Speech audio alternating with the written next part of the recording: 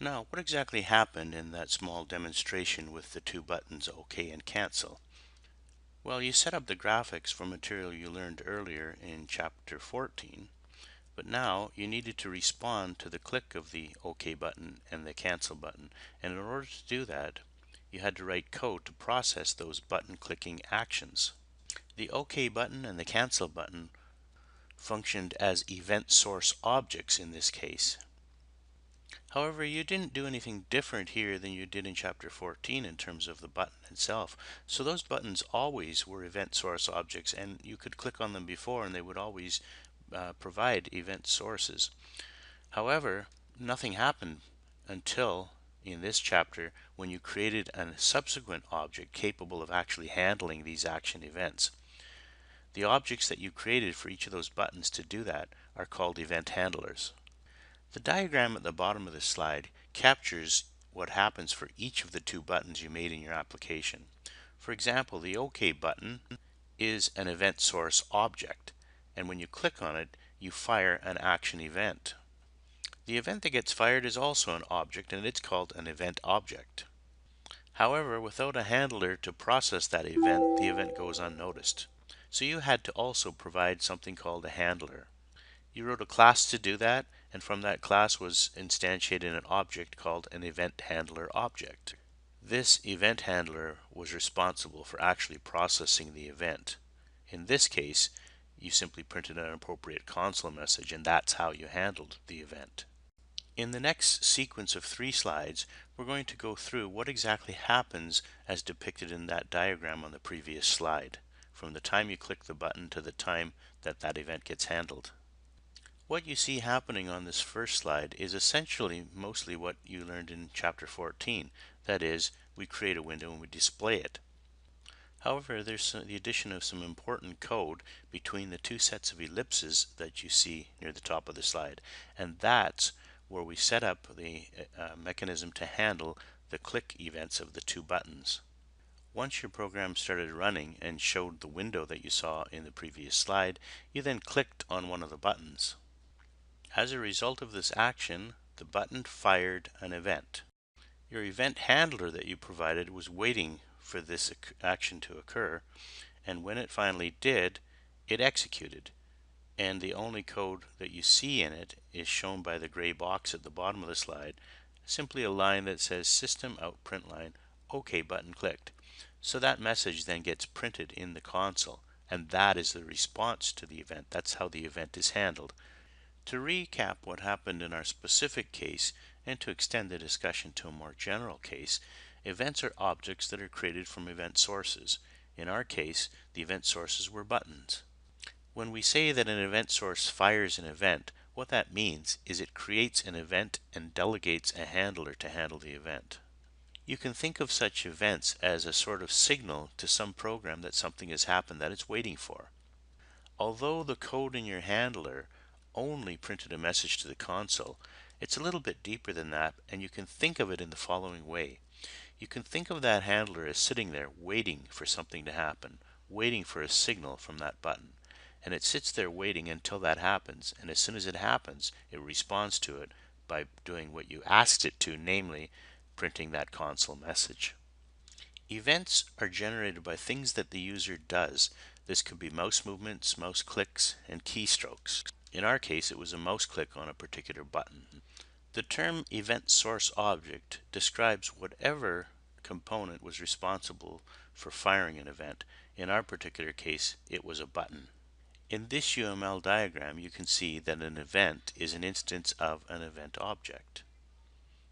In turn, the event is a parent for window events, input events, and action events. And finally, input events can constitute mouse events and key events. The simple application we wrote of clicking on a mouse button is a very simple example of an event. Events can get far more complicated than that. In our case, the properties pertinent to the event would have just been that the button was clicked or unclicked. Event objects may have other properties that are pertinent to particular events that are associated with them. When an event occurs, you can use the getSourceInstant method from the event object class to tell what that event was. All of the objects of subclasses of the event object deal with particular types of events, We've seen button actions, but there's also window events, mouse movements, and keystrokes. On the next slide, we have a table that lists all sorts of different external user actions and their associated source objects and the event types that get generated when they produce events. On the far left column of this diagram, you see a list of all the sorts of user actions that can be performed that would constitute events. In the second column, marked Source Object, you see a list of the different kinds of things in each case that would act as source objects for those particular actions of the user. When the user performs associated actions to a source object, what you see in the third column, event type fired, constitutes the particular type of event that would be fired. You'll notice we only see three things there: action events, mouse events, and key events. So mouse events occur from things that you do with the mouse, whereas action events come from things that you operate on with the mouse. So for example, clicking on a button produces an action event, not a mouse event, although a mouse event is responsible for initiating the click on the button. Finally, doing things on a keyboard would constitute key events. In the last column, you see what's called the event registration method. This is the particular method that on the source object that you will call or invoke to handle the specific kinds of event that source object can trigger. Java uses something called a delegation-based model to handle events. In this model, the source object will fire an event, but the responsibility of handling it is delegated to another object called an event handler. In order for a handler object to handle a particular kind of event, it has to be an instance of the appropriate corresponding event handler interface to make sure that the appropriate methods are there and able to be used to process that particular event. JavaFX provides something called a unified handler interface event handler with a generic type T, which extends event. This interface will contain the handle method for processing the particular event. Finally, the handler object has to be registered by the source object in question. The top part of this diagram captures the delegation model in a generic way, where the bottom half of the diagram, part B of the diagram, captures it as it applies to a specific example. Let's look at the general diagram first, that is diagram A at the top. So in the general case, the user does some action which triggers an event. There will be a source object of some source class which is waiting for that event, and when it occurs it will fire an event. We register the event handler to the source object by saying source.setOnExEventType. Now this is a generic general description, and then the argument for that method is the listener. We'll see how that pans out in the specific case down below when we look at diagram B in a moment. Now you'll notice that little diamond beside the source class box that has a line going down to the listener class.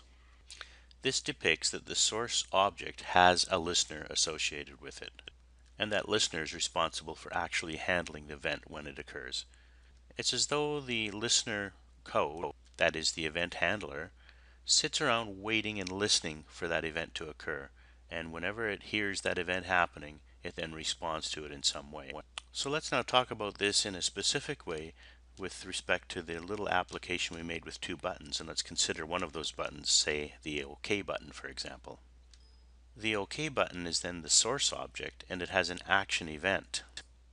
We register the handler with the source button by saying source.setOnActionListener. So in our case we had an OK button, and we said OK button dot set on action, and then in brackets as an argument we gave something that indicated the code that we had written for listening for that action. Again, to remind you what I said earlier, the code we provided simply does a print statement to the console and prints OK button pressed or clicked, but in reality it's more complicated, and what the listener really does is it sits there waiting for that event to happen, and every time it happens it executes the code that we've provided. So here's the code related to that specific example. First of all, we produce the source object, and we do it as a button. So in the first line of code you see button btok equals new button OK. Now we have a source object for the generating events. In the next line of code, we provide the event handler. So we say OK handler class handler equals new OK handler class. And finally, in the last line of code, we register the handler with the button by saying button OK dot set on action handler. In the case of any button which we've used the set on action method with, what this effectively means is it says that when the button is pushed, execute the code represented by handler. The following example uses all the knowledge you gained in chapter 14 to produce a GUI that actually turns out to not be terribly useful because it lacks the tools that come from this current chapter on event-driven programming. We're basically going to put together something that we intend to be able to make a circle that we can enlarge or shrink by clicking on appropriate buttons. But of course, we're only going to be able to produce the graphics for that using the knowledge from chapter 14. It won't be until we look at the next example where we incorporate event-driven programming that we can actually get those buttons to do something to the circle. Nevertheless, it's a good enough starting point as an example for that. We won't go into the Eclipse IDE to show this demo because it really doesn't do anything. There's not much to see.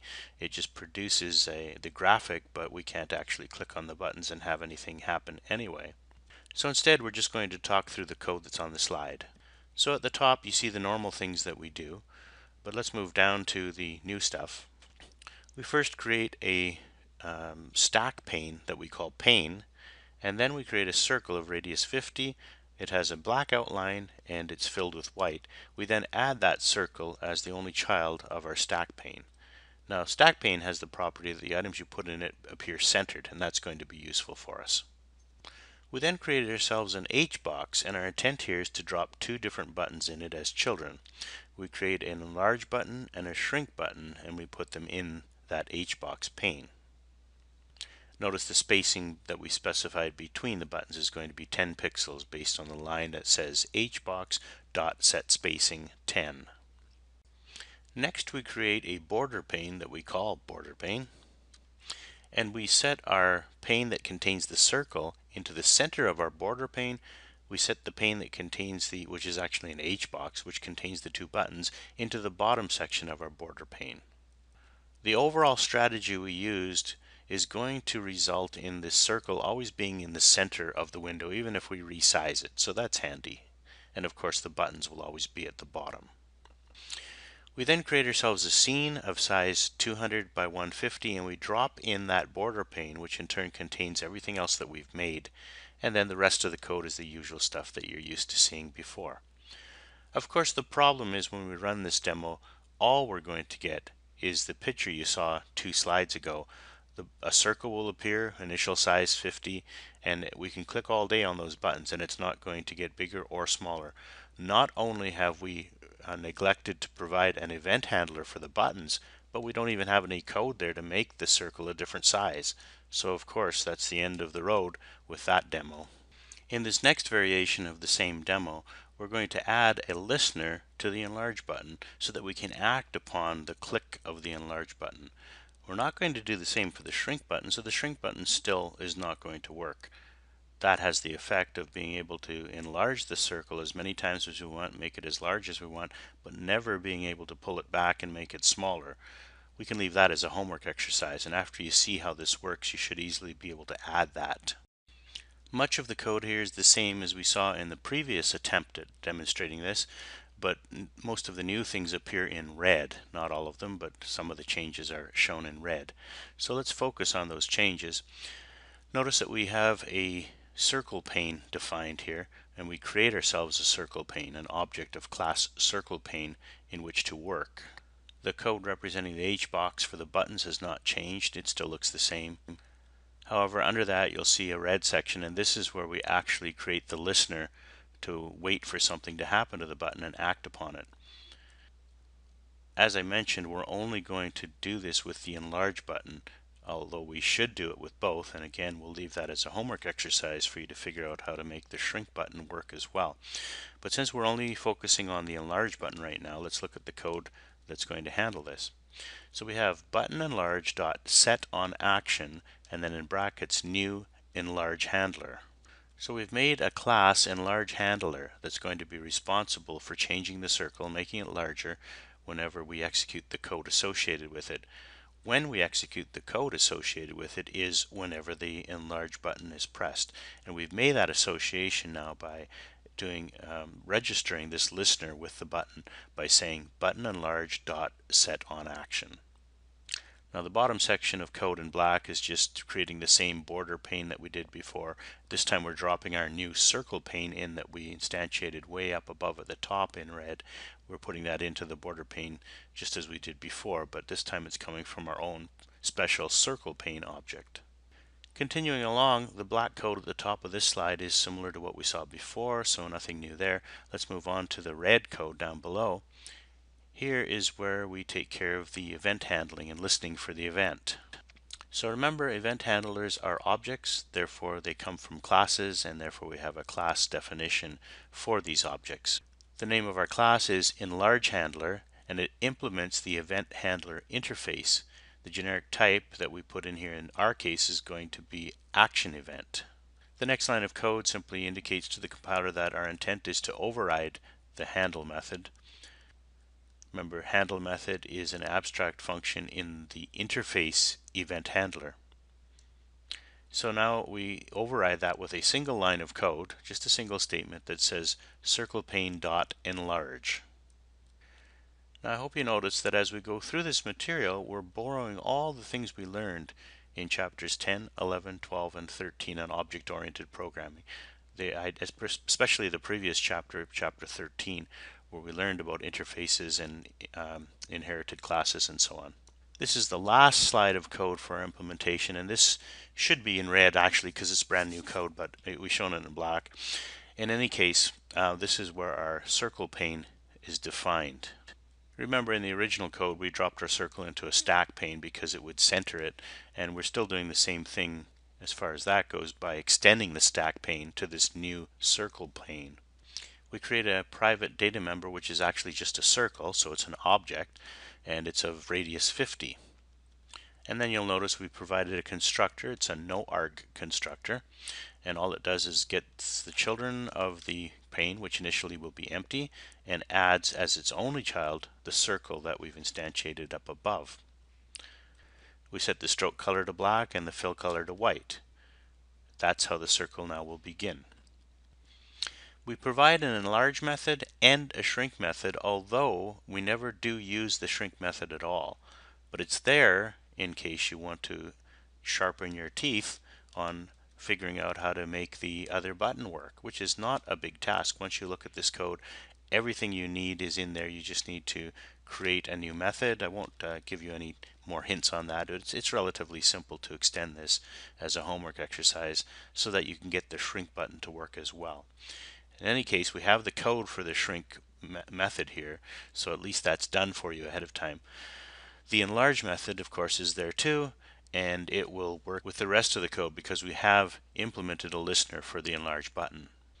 Now, since we're not in the Eclipse IDE and we can't actually demonstrate this live, I will just explain that what would happen is the GUI that you saw a number of slides ago will pop up, and we can click on the shrink button. Nothing will ever happen, but when we do click on the enlarge button, the circle will get larger and larger until it gets so large that it's outside the bounds of the window.